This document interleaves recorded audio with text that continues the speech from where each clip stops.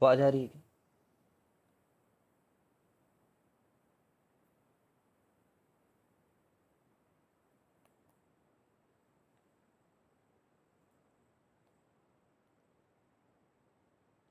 ठीक है, तो देखो, सॉरी यार कॉल आ गया था। अब ये वन हो गया, ये याद रखना अपन को। ऑल्सो तुम समझ रहे हो कि कोई भी अल्फा जो है, कोई भी अल्फा वो है तो ई टू द पावर समथिंग, तो अल्फा का कोई भी पावर लेकर के अगर मैं मॉड ले लूं तो कितना आएगा? वन आएगा। ठीक है, इन दिस वेरी केस याद रखना कि कोई भी z का, है ना, ये ऐसा भी है ना बेसिकली कि अल्फा का पावर r भी ले लो तभी भी वन आएगा करके। ठीक है, बेसिकली ये हमेशा नहीं होता ना, कोई भी z के लिए नहीं होता ये। मतलब जैसे जेड स्क्वायर का मॉड और मॉड जेड का स्क्वायर सेम नहीं होता ना हमेशा। ठीक है, लेकिन अल्फा के केस में होगा क्योंकि वो अल्फा तो सिर्फ ई टू द पावर समथिंग है। ठीक है, तो ये बात को याद रख करके जनरलाइज मत करें ना कि किसी भी जेड के लिए ये होता है करके। ठीक है, एज वेल एज ये बात को देखो तो जानते हैं क्या, जेड जेड बार जो होता है मॉड जेड का स्क्वायर होता है करके। Yes yes sir. सर। यार ये हो तो जाए, एक बार हट जाए। जेड और जेड बार जो होता है इसका प्रोडक्ट वो मॉड जेड का स्क्वायर होता है। But just in case mod Z he one हो, अगर, जिसको क्या बोलते हैं, यूनिमॉड्यूलर बोलते हैं ना, एज द नेम सजेस्ट, बहुत इजी नाम है यूनिमॉड्यूलर। ठीक है, तो इस केस में z और z बार ना एक दूसरे के रेसिप्रोकल भी होते हैं। ठीक है, तो जब जब ये देखो तब तब तुम्हें एकदम से तुरंत याद आ जाना चाहिए कि ये दोनों एक दूसरे के रेसिप्रोकल हैं करके। ठीक है, ये बहुत, मतलब वो केस भी है। यहाँ से तो वैसे भी पता चल जाएगा, mod z equal to one से बेसिकली तुम्हें ये सब ध्यान में आना चाहिए। मॉड जेड वन है मतलब जेड जेड बार वन होगा। तो उसी बेसिस पे अगर मैं alpha to the power n minus one लिखता तो इसको मैं ऐसे भी कर सकता था। ठीक है, तो ये तो वन होता ही है। ठीक है ना, ये तो वन होता ही, अभी देखा हमने। और वन बाई अल्फा को हम लोग अल्फा बार लिख सकते हैं सिंस अल्फा इज यूनिमॉड्यूलर। ठीक है, देखो ये कहीं पे देखा मैंने एक्सप्लेनेशन, बट मुझे नहीं लगता कि इन सब एक्सप्लेनेशन का इतना वैल्यू है, क्योंकि अगर तुमने कोई भी एक एक्सप्लेनेशन समझ गए हो, उसी बात को प्रूफ करने के तो 10 तरीके हैं ना, तो उतना यूजफुल नहीं है ये सब। तुम्हें बस ज्योमेट्रिकली समझ में आना चाहिए, वो सबसे इजी वे टू रिमेंबर है। इसका मतलब यही है कि अल्फा का जो स्क्वायर है ना, वो अल्फा, सॉरी, अल्फा का स्क्वायर का जो बार है, ठीक है ना, वो बराबर है एन माइनस टू के। ठीक है, ये अल्फा स्क्वायर का जो यहाँ पे रिफ्लेक्शन होगा बेसिकली।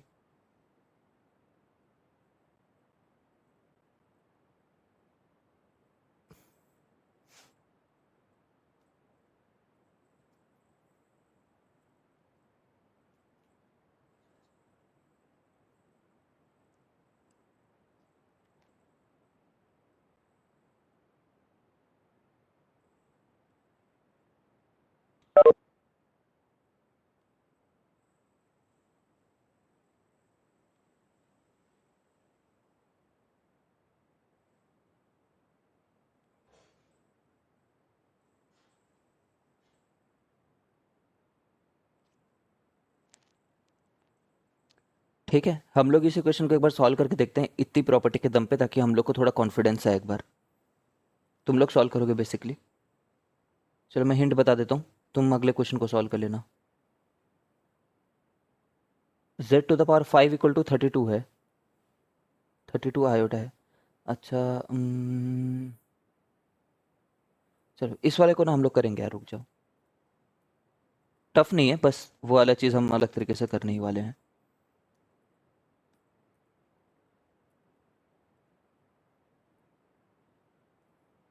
चलो एक मिनट छोड़ो यार।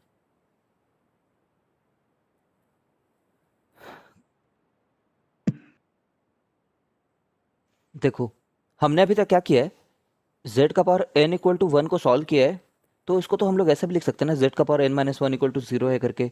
और फिर इसको एक तरीके से एक्सपैंड कर सकते हैं हम लोग। अच्छा चलो यहीं पे देखते हैं। अगर मैं तुम्हें बोलता कि एक पॉलिनोमियल इक्वेशन है x to the power n minus one equal to zero, तो सम ऑफ रूट्स क्या होता करके? सम ऑफ रूट्स हमेशा माइनस बी बाई ए होता है, जानते हो? Minus b by yes a, sir. जिसमें बी तो खुद जीरो है। ठीक है, बी है ही नहीं, मतलब बी क्या होता है? X to the power n minus one का कोफिशिएंट को बी बोलते हैं, वो है ही नहीं यहाँ पे। तो सम ऑफ रूट जीरो होना चाहिए, बट इसके रूट्स कौन कौन है? One plus alpha square up to alpha to the power n minus one. ठीक है, तो सम ऑफ रूट्स जो होंगे वो जीरो होंगे, तो ये जो पूरा सम होता है वो जीरो होता है। तुम्हें कुछ कुछ स्ट्राइक कर रहा है? अगर क्यूब रूट ऑफ यूनिटी हो तो वन प्लस अल्फा स्क्वायर, जिसमें जिसको उस पर्टिकुलर केस में क्या नाम देते हैं? One plus omega square. ठीक है, तो ये जीरो निकल करके आता है।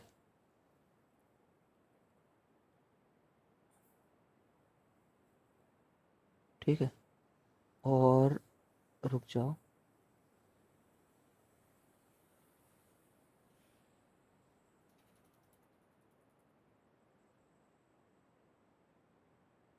ठीक है ना, आते हैं इस पे, और रुक जाओ।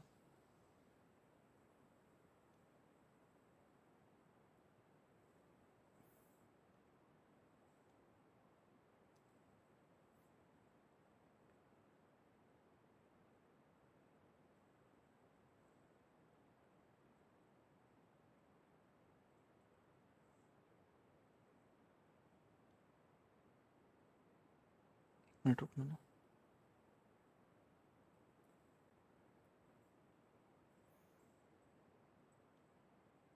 ठीक है, ऑल्सो हम लोग ये जानते हैं कि ये तो बस एक एग्जांपल बताया हमने उसका अप्लाई करके कि क्या मतलब है इस बात का करके।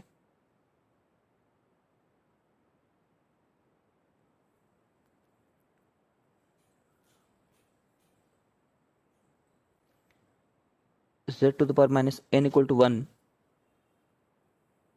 क्योंकि इसके n रूट्स हैं, तो इसको ऐसा लिख सकते हैं क्या कि z माइनस वन,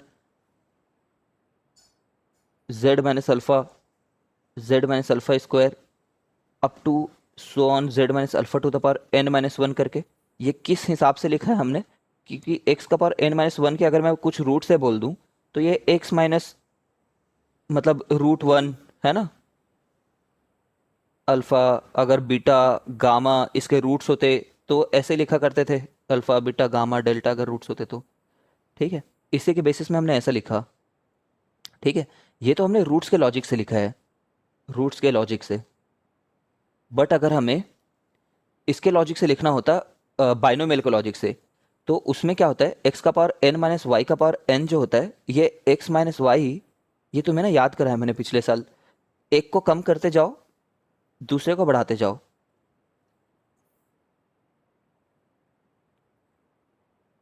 ठीक है, तो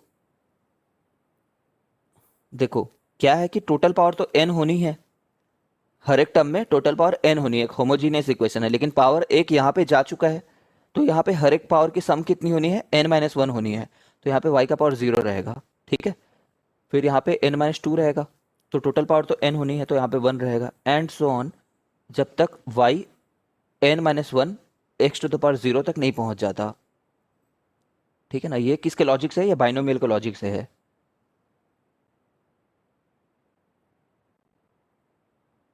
नाउ इसको इसके साथ इक्वेट करते हैं। देखो y क्या है यहाँ पे हमारे लिए? Here y equal to one. ठीक है ना, तो और x क्या है? z है, तो z माइनस वन इसको लिख रहे हैं। फिर z to the power n minus one plus z to the power n minus two, and so on, जब तक z का पावर जीरो ना पहुंच जाए। ठीक है, equal to z minus one, z minus alpha, z minus alpha square, जब तक z अल्फा माइनस एन ना पहुंच जाए, z minus alpha minus one, z minus alpha to the power n minus one. ठीक है, अब ये जो है ना, ये एक आइडेंटिटी है। आइडेंटिटी समझते हैं क्या अपन? कि लेफ्ट साइड को हमने बस एज इट इज लिखा है किसी लॉजिक से, और राइट साइड को भी एज इट इज किसी लॉजिक से लिखा है, तो लेफ्ट साइड और राइट साइड में जेड की जो भी वैल्यू डालो ये हमेशा सेटिस्फाई करेगी। ठीक है, ये एक आइडेंटिटी है। और आइडेंटिटी क्या होती है? एक आइडेंटिटी ये भी होती है, एक्स प्लस वाई का होल स्क्वायर जो है वो x square plus y square plus 2y है, 2xy है। This is also an identity. ठीक है, ये और ये एग्जैक्टली सेम चीज़ें कुल मिला के कहना चाह रहे हैं। यहाँ से अगर इसको कट भी कर दो तो we will be getting 1 + z+, इसको मैंने रिवर्स ऑर्डर में अब लिख दिया, z square up to what, z to the power n-1। ठीक है, this will be equal to z minus alpha, z minus alpha square up to so on z minus alpha to the power n-1। अब ये क्या चीज़ हो रहा है? ये इस बात को दिखाता है कि अगर कोई भी ऐसा इक्वेशन हुआ ना तो उसके roots alpha, alpha square, alpha वाले सारे टर्म होंगे एक्सेप्ट 1। ठीक है, तो this has a very great significance, equation को ज्यादा इंपॉर्टेंट है। ठीक है, एंड ट्रस्ट में जो अब हम लोग सीख रहे हैं ना यहाँ पे, वो जेई मेंस में उतना सिग्निफिकेंट नहीं है टू बी ऑनेस्ट। ये थोड़े जेई एडवांस के पोर्शन में चल रहे हैं अपन। ठीक है, तो जैसे कि ये इक्वेशन ये दिखाता है कि अगर हम लोगों ने 1 + x + x स्क्वायर का रूट जानना चाहा, ठीक है, कैसे यूज करना है वो सुनना। यहाँ पे अल्फा किसका रूट था? z to the power n equal to 1 का रूट था वो, समझ रहे हो? z to the power n-1 का रूट नहीं था। तो अगर इसका जानना है ना तो तुम यहाँ पे तो n-1 तक गए हो, तुम पहले यहाँ से +1 सोचो। ठीक है, इतना इक्वल टू 0 का अगर हमें आंसर चाहिए, ठीक है, तो हम सोचेंगे x³ इक्वल टू 1 का क्या रूट था करके। ठीक है, इसके क्या क्या रूट थे करके, और उसमें से क्या को हटा देंगे?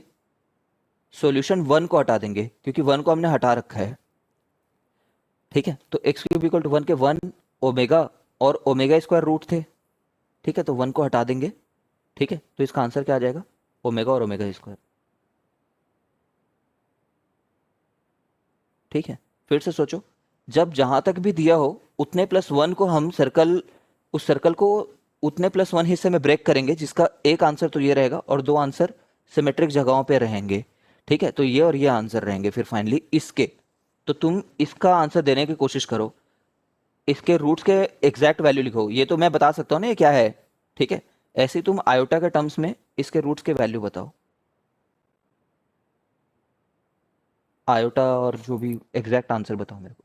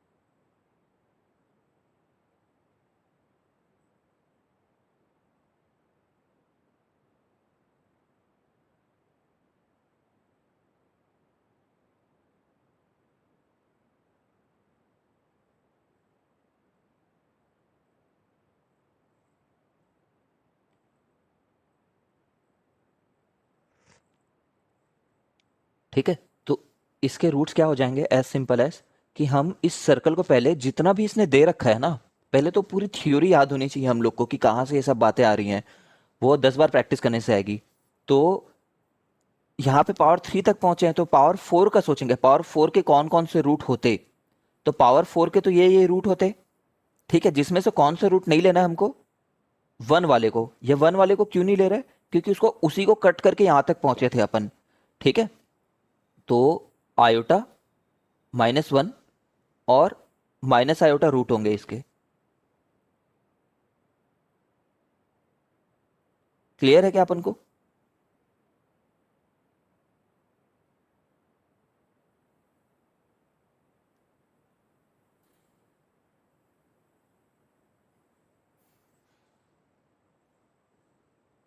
ये इस फॉर्म में नहीं आएगा, तुम्हें जेड के फॉर्म में दे देगा तो आदमी लोग डर जाएंगे इस पे। ठीक है, इसके रूट्स बताओ बोलेंगे तो ये होंगे और क्या होंगे।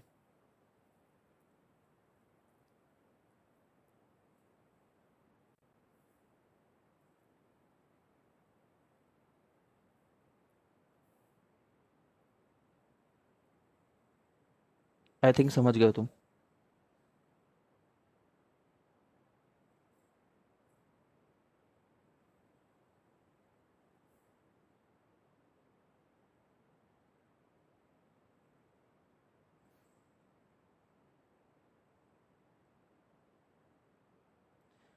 सिमिलरली अगर ये क्वेश्चन आगे देखो, 1 - 3y +9y² -27y³ = 0, ठीक है ना, फाइंड रूट्स करके। तो ये भी इसी का एक अल्टरनेट वर्जन है जिसमें तुम्हें -3y को x ले लेना है, ठीक है ना। फिर क्या हो जाएगा, ये 1 + x + x² + 0, जिसमें x की वैल्यू हम जानते हैं आयोटा -1 और माइनस आयोटा रहेगा, और x क्या है, -3y है। ठीक है, जब होगा देख लेंगे उसको। आयोटा -1 माइनस आयोटा, ठीक है। तो y की वैल्यूज रहेंगे आयोटा बाई -3, 1/3 और आयोटा बाई 3। ठीक है, यहाँ पे -1 माइनस आयोटा था। ठीक कर लेंगे क्या हर्षिता इन सब चीज़ों को?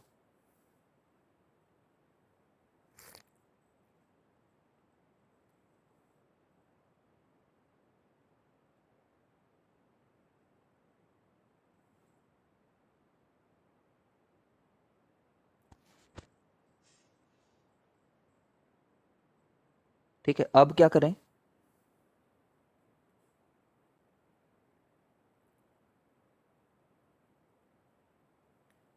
अब कर लेते हैं ये सब बातें कि कुछ आइडेंटिटीज होती हैं, वो आइडेंटिटी प्रूव कर लेते हैं एक बार। रुको यार, थोड़ा हैंग कर रहा है।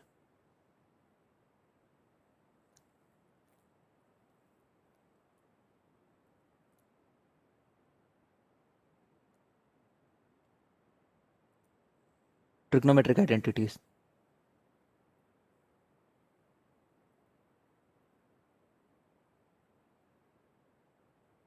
ट्रिग्नोमेट्रिक आइडेंटिटीज में बेसिकली ये है कि हमने ये तो बोल दिया था कि यहीं से स्टार्ट करते हैं, 1 मिनट ना। और यहाँ से क्या निकल कर क्या आया कि सम ऑफ जो रूट्स होता है ये 0 होता है, सम ऑफ रूट्स प्रॉपर्टी से। अब यहाँ से अगर कोई एक रियल नंबर लिखा हुआ है, अगर वो 0 है, तो इसका मतलब ये होता है ना कि कुछ रियल नंबर्स का combination, real part of all this expression वो भी 0 होना चाहिए, और imaginary part of all this expression वो भी 0 होना चाहिए। ठीक है, क्योंकि कंपेयर कब कर पाते हैं, रियल पार्ट को रियल पार्ट से कंपेयर करते हैं। यहाँ पे तो 0 + आयोटा 0 लिखा हुआ है, ठीक है ना। तो ये है क्या चीज़ आखिर में, कॉस अगर के टर्म में लिखें तो अल्फा है कॉस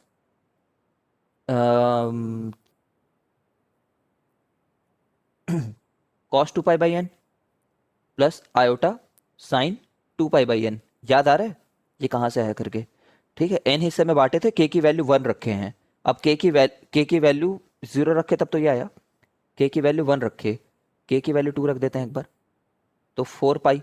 एंगल किस में चलते हैं? एपी में, ठीक है, 4 pi by n and so on. Last term क्या रहेगा?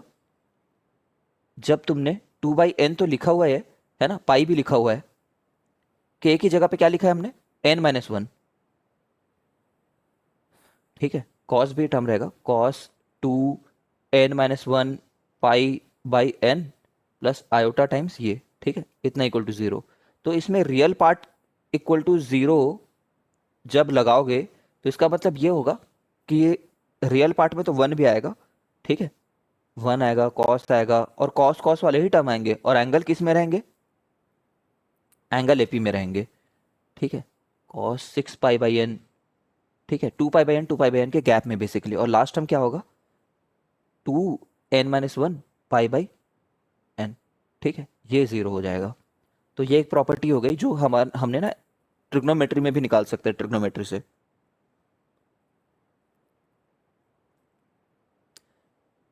ठीक है।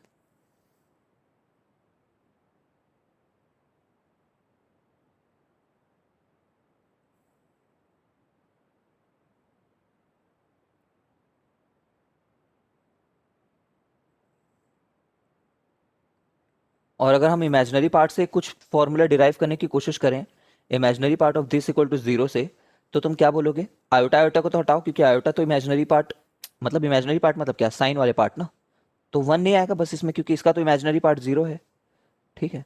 Sine sine and so on, sine 2 times n minus one pi by n equal to zero,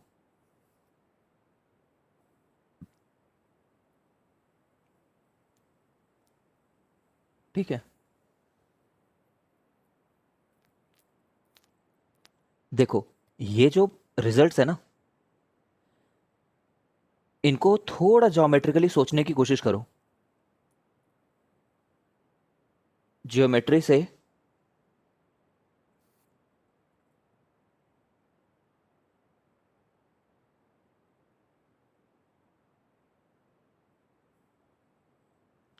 हमने क्या किया, वन लिखा है, ठीक है, और कुछ नंबर्स हैं,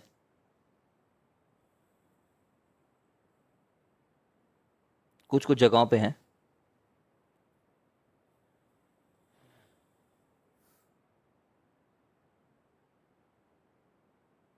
अम्म, एक बार और ऐसे कर लेता हूँ मैं, just for the sake of it. एक ये है 2 पाई बाई एन पे, और एक ये है 4 पाई बाई एन पे। तो उन सब के ना कॉस कंपोनेंट हमने लिख रखा है इधर पे जो ऐड हो रहे हैं, ठीक है, वो सब जीरो ही होंगे ना।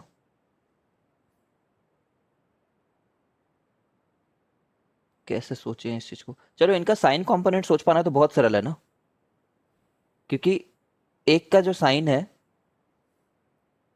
उसको परफेक्टली कैंसल आउट कर दे रहा होगा, इसलिए साइन कंपोनेंट जो हैं वो तो जीरो होने ही हैं, ठीक है। कॉस को कैसे इतने सिंपली तरीके से बोले?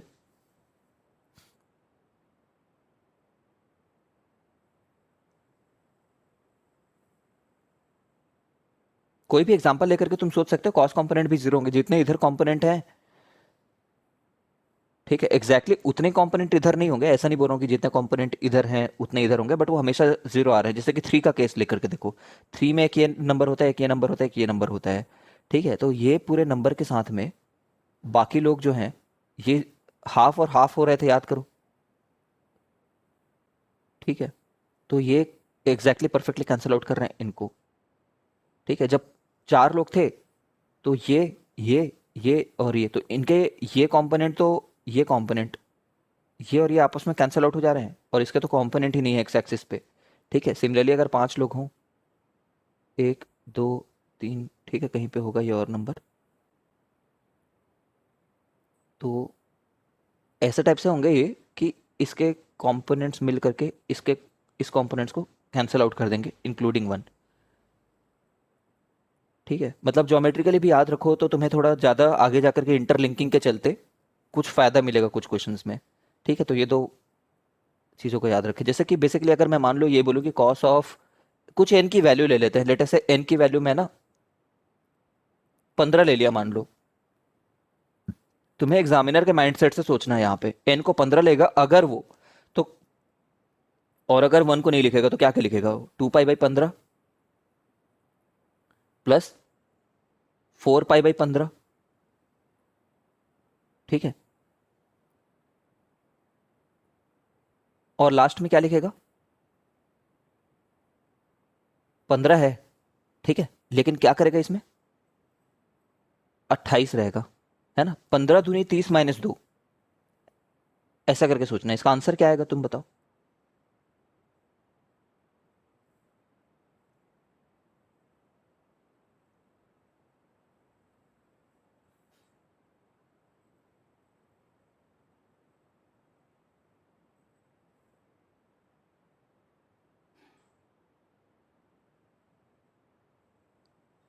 ठीक है ना, थोड़ा ध्यान दिए रहना ये क्या नंबर है। ये 15 × 2 - 2 है, मतलब 15 × 2 - 2।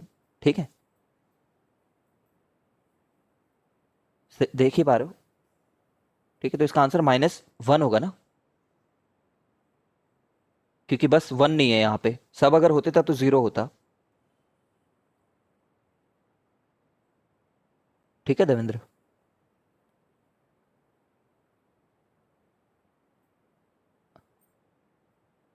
रिकनेक्ट होते हैं एक बार।